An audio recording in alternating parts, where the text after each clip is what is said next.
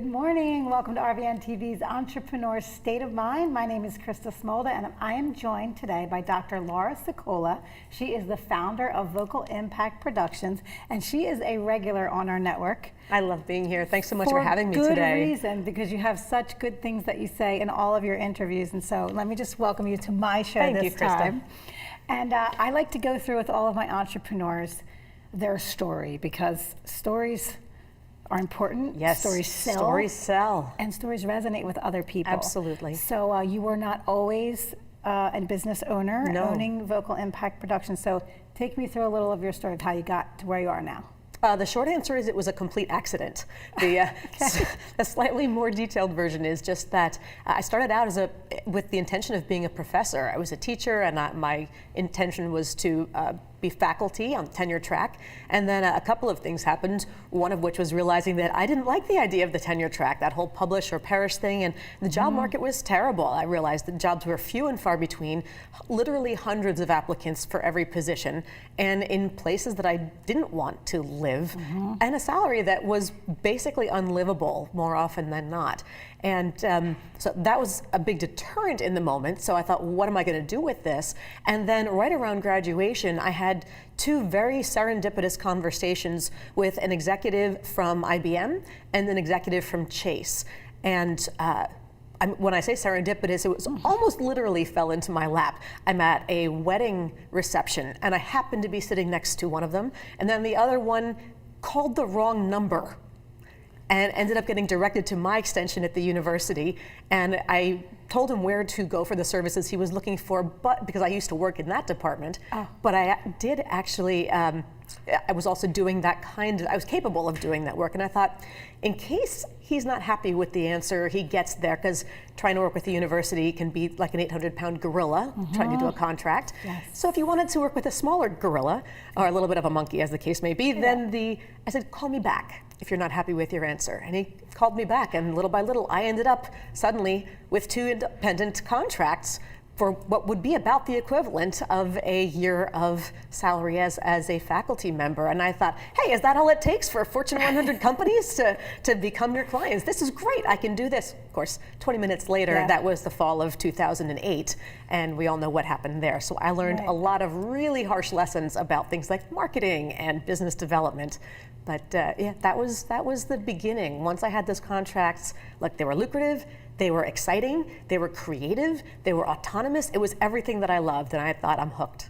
So you had already been thinking about, when you met these people, because I believe in the universe and people showing up at times because you're focusing your energy on it. So you had been thinking about, what am I going to do next? You had been thinking about possibly starting your own thing. You know, I wouldn't say I'd been thinking about starting my own thing per se, because I thought, I've just been trained to be a professor. What am I technically qualified to do? That's a job. There's not much of a classified ad that fits that bill. Right. And I just spent 7 years on this whole research trajectory, getting ready for this opportunity. So it was more like a crisis of conscience. Like, I know what matters to me, and I know I need a paycheck, but I don't like suddenly what I've realized that I've been trained to do, or the job that I've been groomed for. So if not this, then what? But it never occurred to me, hey, I think I'll be a consultant. Where does that go? But when the guy from, was it the IBM guy that was trying at the wedding, to get, or the no, not the on Chase the phone guy, was the other Chase. guy. When you said, if you don't get to what you need, call me back, that's when you were like, okay, if this guy calls me back, I'm just gonna figure it out then.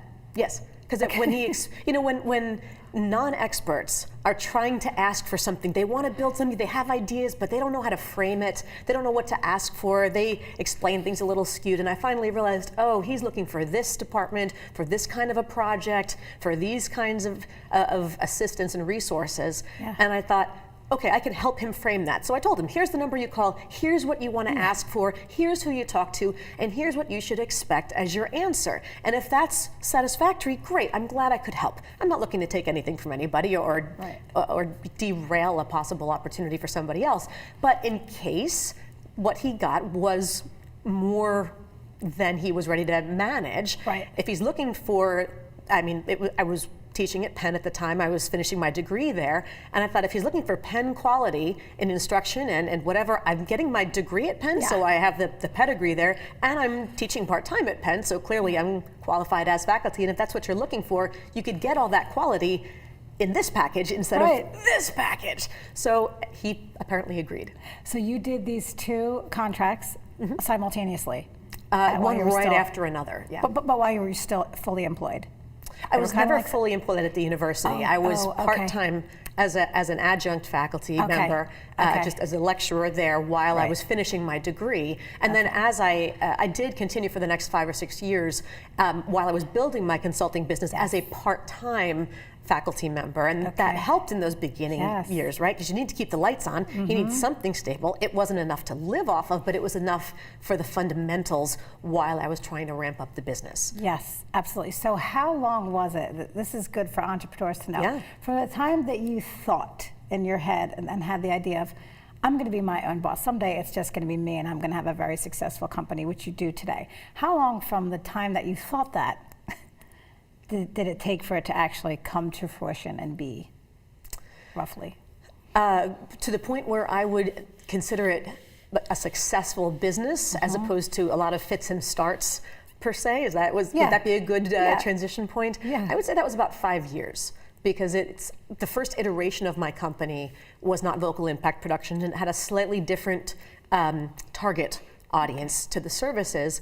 And that everybody said, boy, do I know people who need you. But getting the decision makers to prioritize the funding for it was really hard. It was a little too far removed. Those who needed the service versus those who would be able to pay for it, if you know what I mean, in corporate America. So that was a lot of trial and error, a lot of fits and starts, just enough here and there to sustain, but never really to get traction. And then when about 5 years into it, I pivoted, and that's when everything just clicked. Okay, so tell me about the pivotal moment. Was it an event? Was it a mentor? Like, what was it, a specific thing that happened that you said, you know what, it's time to change and it needs to look like this? The trigger was, of all things, and not in the way that you're going to think off the top of your head, but I read the book Lean In.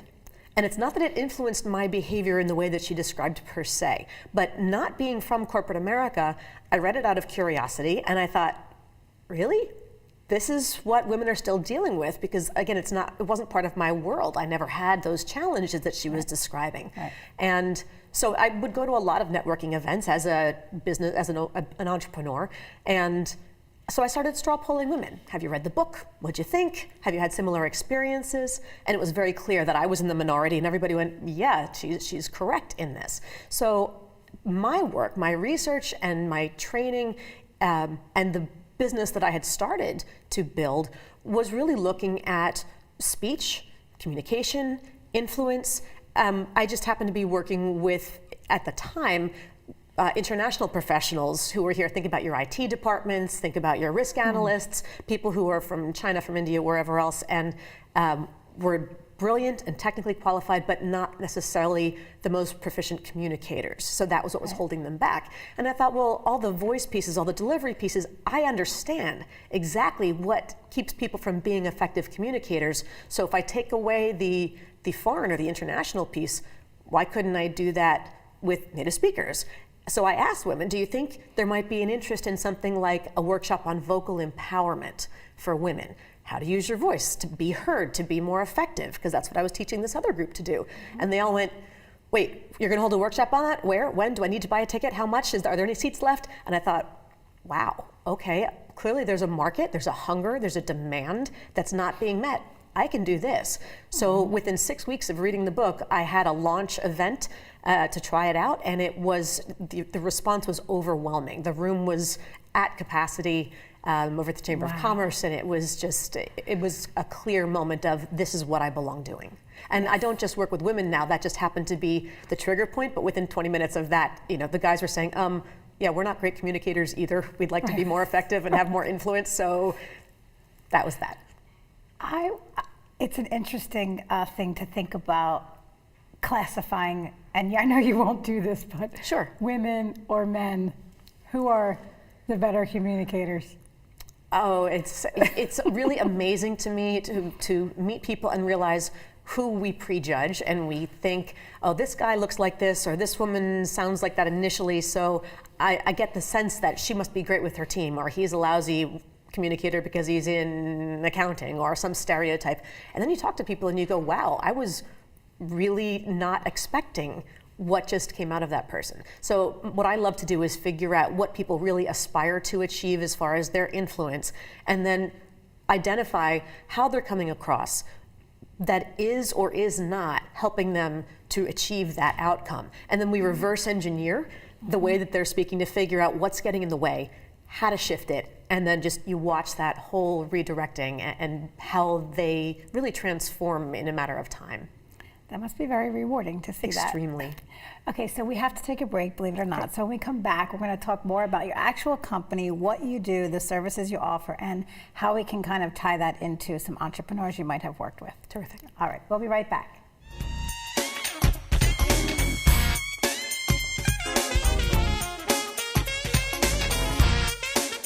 How good you really are. And most importantly, there's you and your interview. For less than the cost of a newspaper, direct mail, or a magazine ad, you can leave our studio and within 48 hours have a permanent digital copy of your live segment to link to your social media, embed into your company website, or use in email marketing. Investing in your brand is so very important, and we can't wait to have you as a guest. Shelter dogs aren't broken. They've simply experienced more life. If they were human, we would call them wise. They would be the ones with tales to tell and stories to write, the ones dealt a bad hand who responded with courage. Do not pity a shelter dog. Adopt one.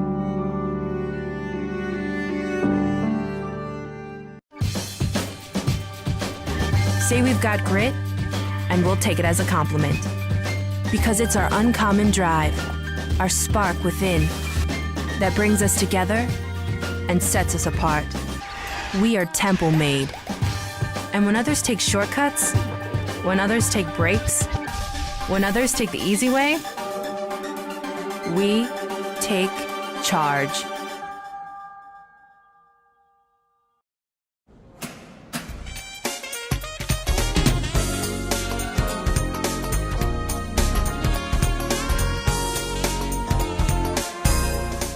Welcome back to Entrepreneur State of Mind. I'm Krista Smolda here with Dr. Laura Sicola. She is the founder of I'm sorry. I interviewed someone that had digital and the name is Vocal Impact Productions. No problem. Like as in know what you're saying. That's was a all great planned. example. You know, it was all staged. I'll write you the check later. I think it was Laura, Einstein. I need your services. I think it was Einstein who said, the only rational way to educate is to be an example of what not to do if one can't be the other sort. I know. So there you go. I read that it's quote always this an morning. educational program. All right, so what year was your company born? Vocal Impact Productions was born in 2013, right after that book came out, right after Lean In was published. Okay, so tell me, what actual services do you provide and to whom? Typically, it's going to either be business owners or executives in larger corporations and organizations. There are 3 different programs. One is one-on-one coaching, team training, or a speaking engagement if you need a keynote or a dinner event of some sort. But whether it is for a one-on-one or the teams, we're always going to be looking at what's at the foundation of influence and why the way that you communicate is or isn't getting the influence that you want. Is there one area that you enjoy more, like the one-on-one versus the, or maybe do more of? I think that most of my clients are coaching clients. I have some larger training events and opportunities, but I do love the one-on-ones just because I get to know people. You know, the trainings are a one day or a couple of days. The one-on-ones, we're going to work together for 6 months or a year, so we're really going to get to know each other well, and that's when I can get in there and really work some magic. Right. So is an engagement with you typically at least 6 months, 3 months? For coaching. Okay. For coaching, yes. It's going to be mostly 6 or 12 months is a standard package. Sometimes if somebody is looking for something a bit smaller, or maybe a startup that doesn't really have a lot of budget involved, we can start with a shorter contract of a 3-month engagement and then see where things go from there. But typically it's 6 or 12 months. Yeah. So you're actually, in a short period of time, in my opinion, you're in some big organizations doing this. Are you at liberty to share some of your clients' names, Sure. some of your bigger clients? Well, I can share the companies, Yes, not the yes, individuals. yes. Sure. I work with Comcast, I work with Independence, with Chubb, with Vanguard, GlaxoSmithKline, so lots of big organizations. Big companies. And are you more working with the individuals in there, or is it a combination of group types of things and speaking engagements? It's a combination of all of the above. GSK, I just did a speaking engagement for their women's initiative. With Vanguard, similar. With Comcast, I do a lot of coaching, a lot of executive coaching with their higher-ups. I do work with Longwood Gardens. I do trainings, which is a lot of fun to do a number of larger group pieces with them. And of course, what better venue to be able to go and do a training than a beautiful place like Longwood Gardens? Exactly. Get out of the city for a little while. Do you know that I've never been there? Shame on you. I know. I'm going to go. Gotta go. Okay, so let's talk about entrepreneurs and the services that you provide and how you can help them. Sure. What is it that you see that maybe entrepreneurs need the most assistance with from you? For most entrepreneurs, the hardest part is the first step, which is that 30 to 60 second elevator pitch. Can you get across to people what it is that you do clearly and succinctly? And in the way that you do that, you're going to make or break one critical moment. And that is the moment when you get people to buy into you as the representative of your company, because if they don't buy into you first, they'll never buy into your product or service. So it's both the clarity of the message and the charisma with which you deliver it that need to match. And when they match, that's really when the sparks start to fly in the best way. Yeah. Do you work with a lot of entrepreneurs? Yeah. Absolutely, whether it's individually or through a lot of groups. So for example, the Alliance of Women Entrepreneurs, Great Dames, which is a terrific organization down in Wilmington and now in Philadelphia, Dream It Ventures, which is a tech startup incubator. There's lots of groups where I'll go in and do pitch coaching training for the teams or for a group of entrepreneurs, and then occasionally some one-on-one pitch coaching, often for competitions or something along those lines. Can you give us a testimonial, maybe it doesn't have to be entrepreneur necessarily, of maybe a situation where you've been able to assist them? I want people to understand like some of the scenarios that get thrown out at you and how you're able to help people to overcome maybe an obstacle or a challenge through proper, if I'm saying this right, communication. Sure, communication is always the issue. So you have to be able to tweak your message for the audience, because different people are going to resonate in different ways. So I just mentioned some pitch coaching for some of those organizations, and some of them, like with Great Dames, I'll do it pro bono as part of the winners package for the competitions. There's a young woman that I have recently started working with who won their junior pitch competition. She's a high school entrepreneur building an app for high school students, like an Uber for kids carpooling who live too far away from the school and otherwise wouldn't be able to participate in extracurriculars, which we all know is hugely important if you're trying to get into college, et cetera. Yes. And she's been given a minute at the next school board meeting to share with the school board the kind of things that students at the school are doing. So she's a great rep. And as we're working on her 60-second pitch, she's going into all the information about how important extracurriculars are to become well-rounded people, and if you don't have it, then you lose out if you live too far away, all of which is true and all of which is nice, and she's well-spoken and she's sweet and she's smart, but it didn't just nail you right in the gut. I said, back up, this is the school board, right? She said, yes.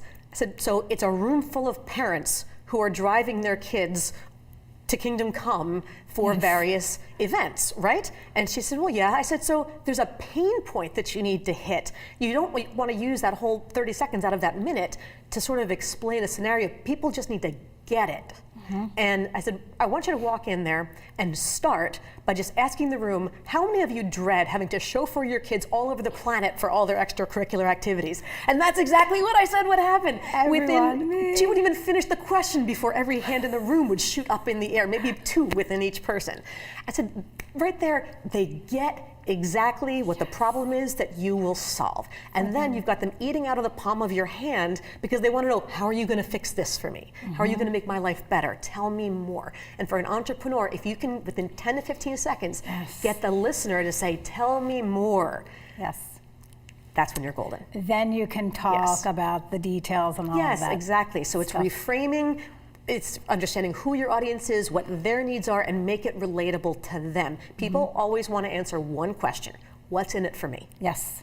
Answer that question first, and they'll let you talk about anything else you want. Absolutely, that's good. So how did she do? Did she do it yet? She has to call me and tell me, because that's tomorrow. Oh, I can't wait. I want you to tell me personally I how will. she did. I'd be curious. Okay, so do you have a tip for someone that is interested in starting a business or says, I'm going to be an entrepreneur? What are some tips, one tip, two tips that you would give to them before they start? Most importantly, I think to figure out if you're really the right internal personality to be able to go through this roller coaster, you have to weigh two things against each other. You have to ask yourself about your tolerance for uncertainty or your need for security versus your need for inspiration. Because an entrepreneur is driven by almost like an intellectual lust for what you're trying to do, what you want to build. But there's a lot of false starts. It can be a long time before you see any real revenue, much less profit. And if you're someone who's not going to be able to sleep at night unless you know that every Friday, like clockwork, how much money is going to magically appear in your bank account, entrepreneurship is not for you. You will be a very unhappy person. So, but if you can tolerate that fits and starts and save money wisely, be careful, etc., and perhaps live on peanut butter and ramen for a couple of months here and there when necessary, right? Do that Not shoestring together. budget. Not No, I together. wouldn't mix them. No, that would be unpleasant. Individually delicious, but separately, together not so much. The cooking shows are all going, no! Yeah, that's my next segment. But if you can handle, managing your money carefully and dealing with those low months to get to those high months, and it's still exciting to you more than it is scary, you've got what it takes. And just a yes or no answer here. As a successful entrepreneur, did you go through that time of uncertainty? Of course, I told you, 5 years. Yes. Yeah, and it's still all about the build. That's more than a yes, but yes. It is, it is. Okay, so we have to wrap our show. Okay. And our time is up. So I would want you to look into the camera and let people know how they can connect with you, where they can find you, and most importantly, how they can hire you to help them. Wonderful, thank you. Visit my website, please, at www.vocalimpactproductions.com. And if you go to vocalimpactproductions.com/free gift, you can download a 10-point checklist. Do you speak like a leader? It's all great food for thought just to make sure before you go into any pitch or other meeting that you've got it all framed and the delivery is going to get you the results that you want. Thank you so much, Thank Doctor. you. I appreciated you My coming pleasure. in and Call me having you Laura. on again, and I'm sure I'll see you soon. And make good. sure you stay tuned on RVN TV because we've got Casey Price coming up with Everyday Elder Law.